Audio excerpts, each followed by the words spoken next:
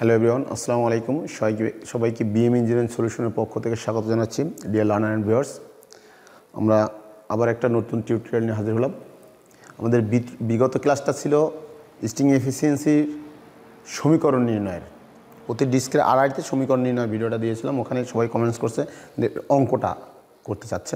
তা আমি জাস্ট একটা অঙ্ক করে দেখিয়ে দিচ্ছি যে কীভাবে বাকি অঙ্কগুলো সলভ করতে পারবো আমরা। তো আমরা বেশি কথা না বলে মূল ক্লাসে ফিরে যাই। যারা ইতিমধ্যে আমার চ্যানেলটা সাবস্ক্রাইব করেছেন তাদেরকে অসংখ্য ধন্যবাদ। যারা করেননি, যদি মনে করেন আপনার জন্য এটা উপকারী চ্যানেল, তাহলে অবশ্যই চ্যানেলটা সাবস্ক্রাইব করবেন। সো আমরা একটা অঙ্ক নিলাম, একটা চিত্র এঁকে নিলাম। এরকম 4টা ডিস্ক,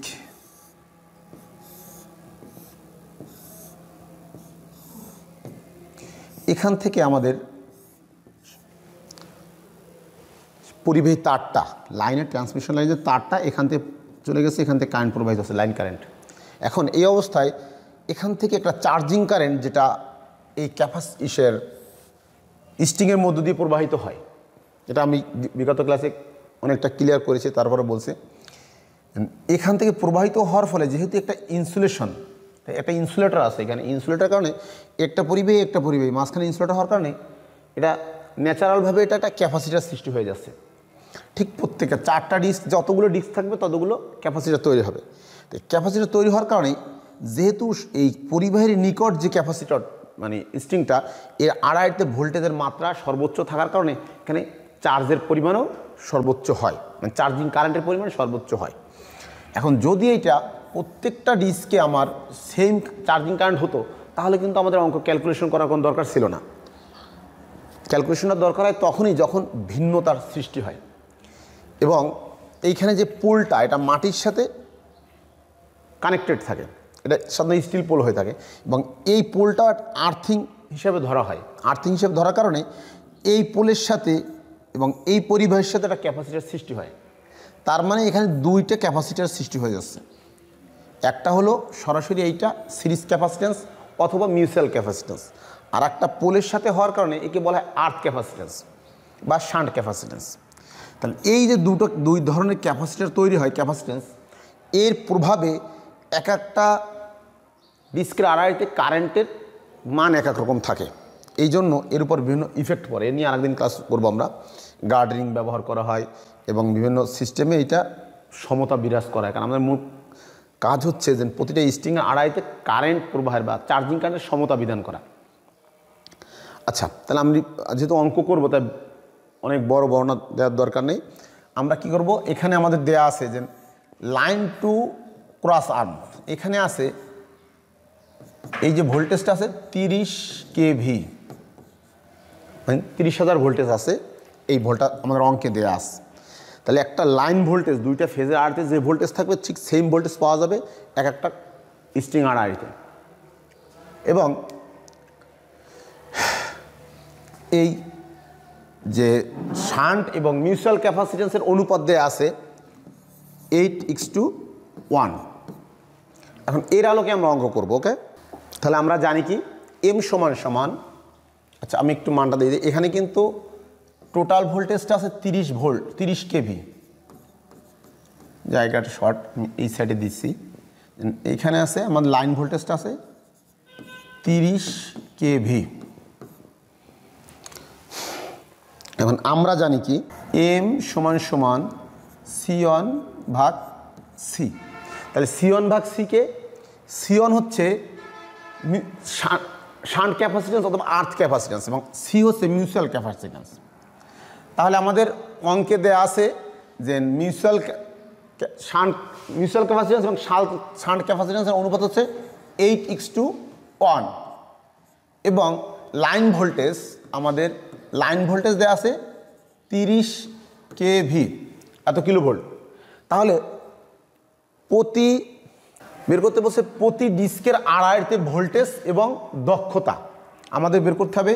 স্ট্রিং এফিসিয়েন্সি দক্ষতা কত, এবং V1 কত, V2 কত, V3 কত এবং V4 কত, এই কটা মান বের করতে হবে আমাদের। তাহলে আমরা যারা আপনারা আমার আগের ক্লাসটা দেখেছেন আর যদি না দেখে থাকেন অবশ্যই এটা দেখে আসবেন। ওই ক্লাসটা দেওয়া আছেন কীভাবে V1 V2 V3 মান বের করব, এর একটা সমীকরণ ছিল। ওখানে ছিল কি V2 সমান সমান V1 ইন্টু M+1, এটা আমরা প্রমাণ করছিলাম। তাহলে এখানে টোটাল ভোল্টেজ দেওয়া আছে 30 kV। এখন আমরা জানি M সমান সমান C1/C2, তাহলে C1 এর মান কত 1, আর C1/C, আর সির মান হলো 8 সমান সমান, এর সমাধান করলে আসে 1/8 সমান সমান আসে 0.125, 1/8 এর মান। V2 সমান কি V1 ইন্টু M+1, তাহলে V1 এর মান আমরা জানি না, বের করতে হবে। M এর মান আমরা পেয়ে গেলাম 0.125 প্লাস 1 এর মান তো 1, তাহলে এটা করলে হয় কত, অতএব আমরা বলতে পারি V2 সমান সমান কত পেলাম 1.125 V1, আমরা V2 মান পেলাম। আবার V3 সূত্র কি, আমরা V3 সূত্র আমরা করেছিলাম, দেন V3 সমান সমান V1 into M² plus 3M plus 1, V1 into M² plus 3M plus 1।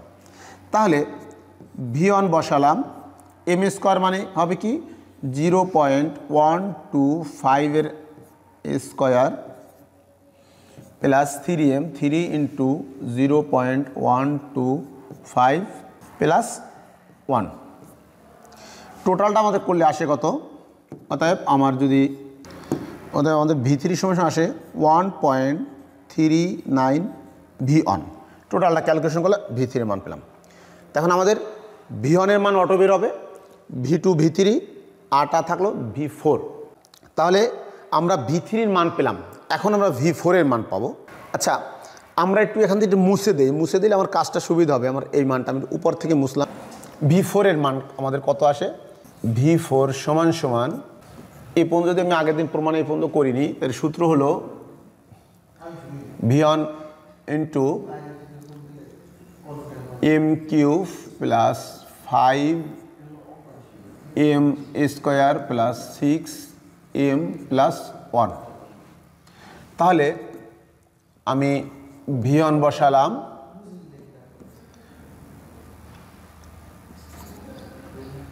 (0.125) এর কিউব প্লাস 5 ইন্টু 0.125 এর স্কোয়ার প্লাস 6 ইন্টু 0.125 প্লাস 1। তাহলে আমি টোটাল মানটা বসালাম। এখন এর ক্যালকুলেটর V4 সমান সমান আসলো কত আমাদের 1.83 V1। তাহলে আমরা কি পেলাম, V2 পেলাম, V3 পেলাম, V4 পেলাম,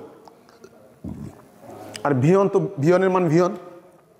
তাহলে আবার দেখলাম যে 30 কিলো ভোল্ট বা 30 kV, এইটা কি টোটাল লাইন ভোল্টেজ। আর টোটাল লাইন ভোল্টেজটাই কি এখান থেকে এই পর্যন্ত, যেটা আমরা 4টা স্ট্রিংয়ের 2.5 ভোল্টেজের যোগফল, V1 V2 V3 V4, এই 4টা ভোল্টেজ যোগ করলেই কিন্তু আমাদের 30 kV ভোল্টেজ হবে। এখন আমরা একটু মুছে নিচ্ছি অঙ্কের সুবিধার্থে।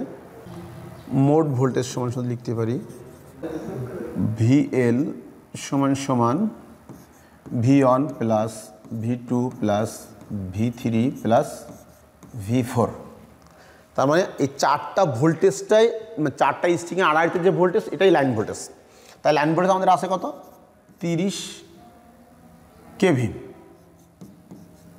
সমান সমান V1 এর মান ধরলাম V1 প্লাস V2 এর মান আমাদের বের হলো 1.125 V1 প্লাস V3 এর মান আমরা পেয়েছিলাম 1.39 V1 প্লাস V4 এর মান আমরা পেয়েছিলাম 1.83 V1।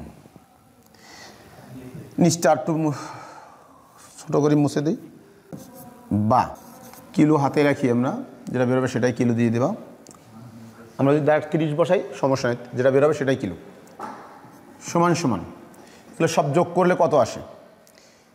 এখান থেকে এখানে ভিয়ন ভিয়ন ভিয়ন সবচেয়ে ভিয়ন আছে, ভিয়ন যদি কমন নেই তো এখান থেকে 1 প্লাস এখান থেকে 1.125 প্লাস এখান থেকে 1.39 এখান থেকে 1.83। তার মানে সব জায়গার থেকে আমি ভিয়নটা কমন নিলাম, কমন নেওয়ার পরে আমার এই মানগুলো থেকে গেল, ভিয়ন চলে আসলো। টোটালগুলো যোগ করলে আমার আসে 5.34 ভিয়ন।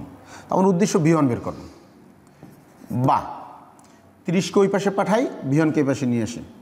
তাহলে 5.34 ভিয়ন সমান সমান 30, বা ভিয়ন সমান সমান 30/5.34।